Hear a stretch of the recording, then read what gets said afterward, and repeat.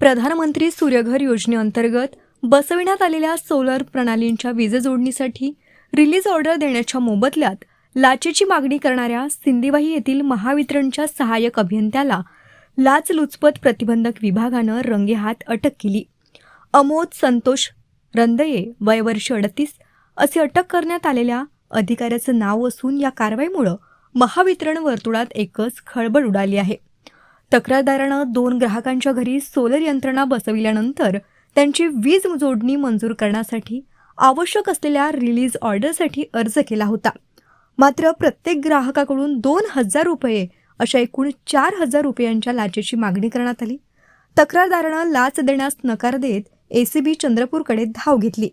त्यानंतर सापळा रचण्यात आला आणि पडताळणीनंतर तडजोडी अंती 3,000 रुपयांची रक्कम स्वीकारताना आरोपी अधिकाऱ्याला रंगेहात पकडण्यात आलं।